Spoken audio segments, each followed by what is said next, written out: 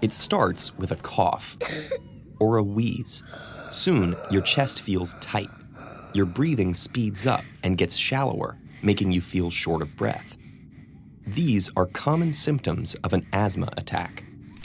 Around the world, more than 300 million people suffer from asthma, and around 250,000 people die from it each year. But why do people get asthma, and how can this disease be deadly? Asthma affects the respiratory system, particularly the smaller airways, such as the bronchi and bronchioles. These airways have an inner lining called the mucosa that's surrounded by a layer of smooth muscle. In people with asthma, the airways are chronically inflamed, which can make them hyperresponsive to certain triggers. Some of the many asthma triggers include tobacco smoke, pollen, dust, fragrances, exercise, cold weather, stress, and even the common cold. When people with asthma are exposed to these triggers, an asthma attack or exacerbation can occur. But how exactly do such everyday factors lead to an asthma attack? If an asthmatic is exposed to a trigger, the smooth rings of muscle that circle the small airways in their lungs contract and become narrow. Simultaneously, the trigger worsens inflammation, causing the mucosal lining to become more swollen and secrete more mucus. Under normal conditions, the body uses this mucus to trap and clear particles, like pollen or dust. But during an asthma attack, it blocks the narrowed airways, making it even harder to breathe.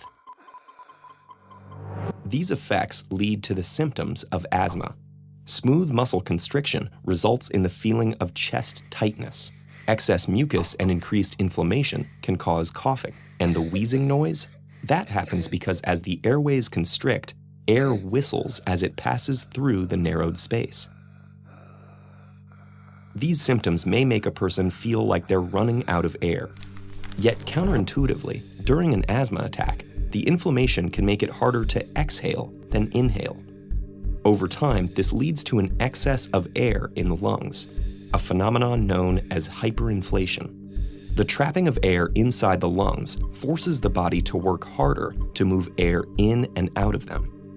Over time, this can lead to reduced oxygen delivery to the body's organs and tissues. Sometimes, in untreated severe asthma attacks, the body can't keep up, which can lead to death from lack of oxygen.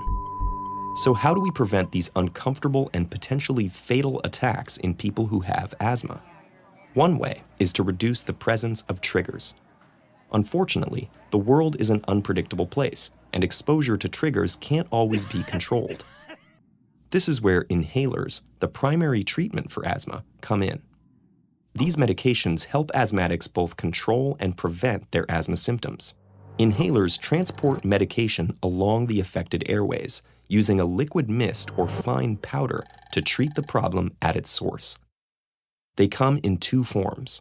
There are reliever medications, which treat symptoms immediately and contain beta agonists. Beta agonists relax constricted muscles, allowing the airways to widen so more air can travel into and out of the lungs. The other form of inhalers serve as preventive medications, which treat asthma symptoms over the long term and contain corticosteroids. Corticosteroids reduce airway sensitivity and inflammation, so asthma can be kept under control. They're also crucial in preventing long-term damage from chronic inflammation, which can cause scarring of the airways. Inhalers are known to be very effective and have helped many people live better lives. Although we've come a long way in improving how we treat and diagnose asthma, we still don't know its exact causes. We currently believe that a combination of genetic and environmental factors play a role, potentially acting during early childhood. Recent research has even linked poverty to asthma incidence.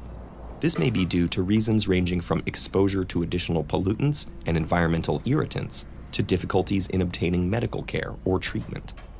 As our understanding of asthma improves, we can continue to find better ways to keep people's airways happy and healthy.